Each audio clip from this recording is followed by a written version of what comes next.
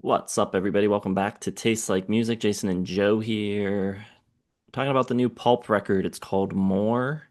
It is their first record in 24 years since 2001's We Love Life. It's their eighth overall, and it was produced by James Ford, who is like the British rock guy these days. He's done everything, it seems like, in the past couple of years.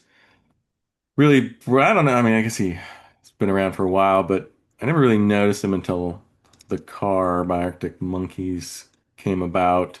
And he had done stuff before that, but that was like the start of the James Ford sound that seems to be, I don't know, beloved and used by a lot of different bands. Fontaines DC used it for Romance and Last Dinner Party for their debut, Blurs with their comeback album Ballad of Darren. Like everybody, oh, and Forever How Long by Black Country New Road. Jesus Christ, he's done a lot.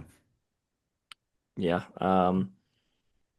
So I don't know. I think on the channel I'm known as like the guy that doesn't like Brit Pop, Hmm. and Hmm. maybe that's fair, although I wouldn't say I don't like it entirely. And I think I'm trying to remember my scores for some of Pulp's albums. I definitely got to four. I might have gotten to 4.5 on something. I like Pulp a decent amount. So yeah, I was interested in checking this one out. Didn't have like sky high expectations given how long it's been, but yeah, I was interested. Yes, I mean I definitely am the Britpop guy, I guess, in the channel. I think it's just in comparison to me. It seems like you don't like Britpop because I really, really like Britpop. It's if I'm neck and neck with grunge for my favorite genre of the 90s. And Pulp was a pretty cool listen. I hadn't heard too much of their stuff before we did the deep dive. They had a weird history starting in like 1983 with like a not the Pulp that you know and love, but once His and Hers came out in 94, it was sort of like this is what Pulp, this is the Pulp that everybody will think of when they think of Jarvis Cocker and Pulp. Like this is that sort of pithy, um, ironic, funny lyrics, incisive, and just, the Pulp sound started with His and Hers, different class. This is hardcore.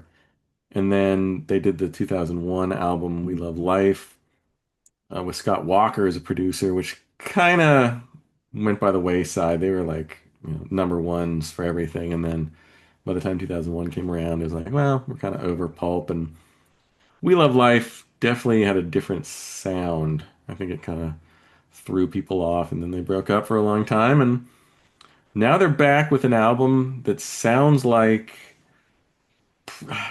it's mostly like a continuation of This Is Hardcore, I think. As far as like what you think of when you think of a Pulp album, you think of Jarvis Cocker first and foremost. And his, lyrical style, the way that he kind of coos and does his little pithy asides and, all the little stuff that Jarvis Cocker does to make Pulp albums sound like they do. That is definitely back. They really haven't missed a stroke there. Musically, it's a little, it has some of the DNA from the classic run, but it's not like totally ignoring what they did with We Love Life. Like there's that orchestral sensibility, and that might be more of a James Ford thing than a continuation of what they were doing with Scott Walker, but it's definitely evident on the new album. So if you're looking for an evolution, it's not really there. Pretty much what you'd expect from a Pulp album, and that's fine. I think when you take a break this long, you don't want to like come back with a totally new style. You want to give the fans what they want. Otherwise, why come back?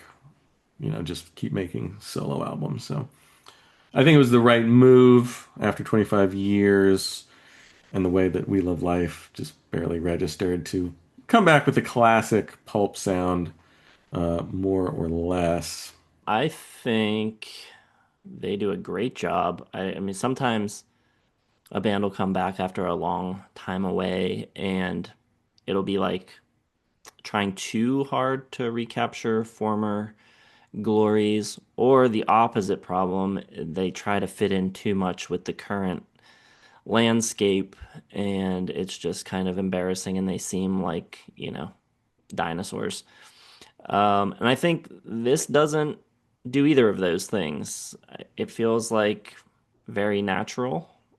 And I think the sound of it, like if you told me this came out right after We Love Life, I would believe that. And if you told me it came out this year, I would also believe that.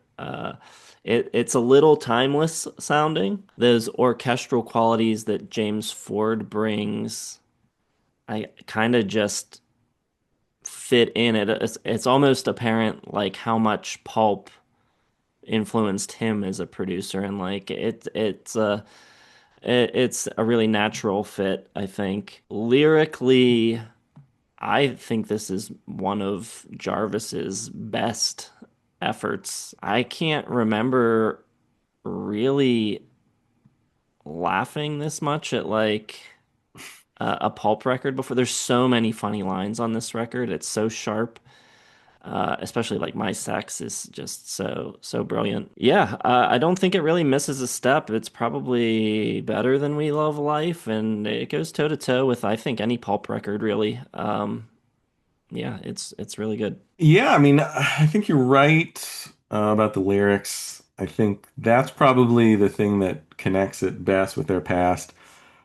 And the sound, with more orchestration, like you know that bands like Arctic Monkeys really got some of their sound from Pulp to begin with. And even the lyrical style, I think, definitely a descendant of Jarvis Cocker's. And this has all that stuff, the mannerisms, the exasperated sighs, the kind of long, extended, talky sections. I think few artists do more with.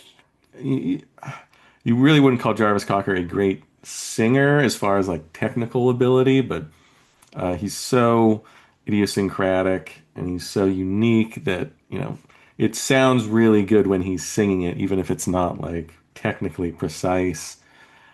He still sounds good too. I think he sounds lively and vibrant. Spike Island was the lead single and the first track, and that's as close as old school Pulp as it gets. You got that moderately funky bass and the sparse chords and the full keys, the self-deprecation in the lyrics, the uncertainty, the humor. It's about, as good as a bridge from the past to the present as you can get. And there's a bunch of songs that feel like natural progressions. Tina and Grown Ups, all of Jarvis's arch little, why am I telling you this story, kind of breaking the fourth wall. It's very like stereotypical Jarvis Cocker, but he just does it so well, and he's really the only one who does it to his level. I think the second half, definitely more strings come in. I could maybe use a couple more like charges of electric guitar like you used to get. Um, I think back to like Help the Aged, which is a very, it's a very pulp song, but throughout you just get like these crashes, these bolts of electric guitar. I think the band gets a little relegated to the background. It's really kind of Jarvis and James Ford and the strings. But I think it's a minor quibble. My Sex is great. Jarvis Cocker's great at just being horny. It's just fantastic. Um, Got to Have Life has some really great lines that I'm not going to say out loud, but just read the lyrics. Just all those little rousing asides, and it's just kind of hilarious. I think the last couple songs, Background Noise, Partial Eclipse, is pretty classic pulp. But towards the end of it, it gets a little slow, and I would like a little more energy, maybe a couple more of those funky bass lines. There's no like Disco 2000 here, nothing quite as cheeky as Help the Aged to me. Not a lot of, I don't recall any like falsetto from Cocker, which I was like when he did that in the earlier albums. But I think it's a very graceful evolution, and I think it was smart to, bring back the pulp sound everyone loves. And if they want to do something different with their second album, I think it's natural to maybe go in a little bit of different direction if they decide to make another one.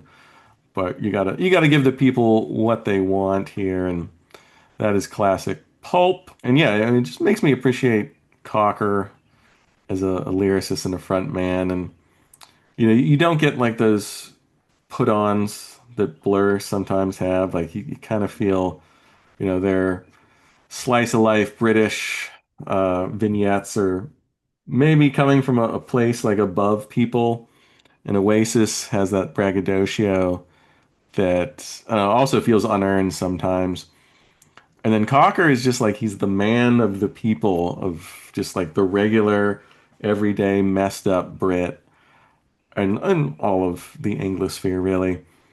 And he really hasn't lost a step here. So I think it's good to have them back. It's 4 stars from me, probably below his and hers, but above We Love Life, and obviously not quite on the level of Different Class or This Is Hardcore, but I think it's a fine addition to their catalog nonetheless. I'm pulling up my past scores here. So I did not get to 4.5 stars on their discography. I had 3 records at 4 stars. We Love Life, This Is Hardcore, and Different Class. Yeah, I would probably put this third above We Love Life. I also have it at 4 stars.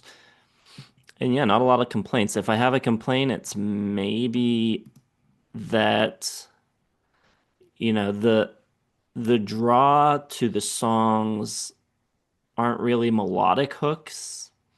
I don't think it's a very catchy record, and I don't know how memorable these songs will be, sort of in a similar way that We Love Life. I don't know how like super memorable that record is. Like I can't really think of tracks from it off the top of my head right now, but I can remember songs from Different Class, and This Is Hardcore. And so yeah, the captivating thing about this isn't like, catchiness. It's him as a front person just kind of wielding this power and this like control. And that's still a very enjoyable uh, thing to have. So yeah, I enjoyed the record. I think it's really good. They didn't miss a step. If you like Pulp, you'll like it. If you haven't listened to Pulp before, check it out. Yeah, it's a good one. So 4 stars for both of us. If you gave this record a listen, let us know what you think in the comments, or go give it a listen and come back and let us know. Hit the like button, subscribe, follow us, all the different places you can follow us. Links are in the video description. We got Patreon, we got merch, we got a record label. Give it all a look, and we will see you in the next one.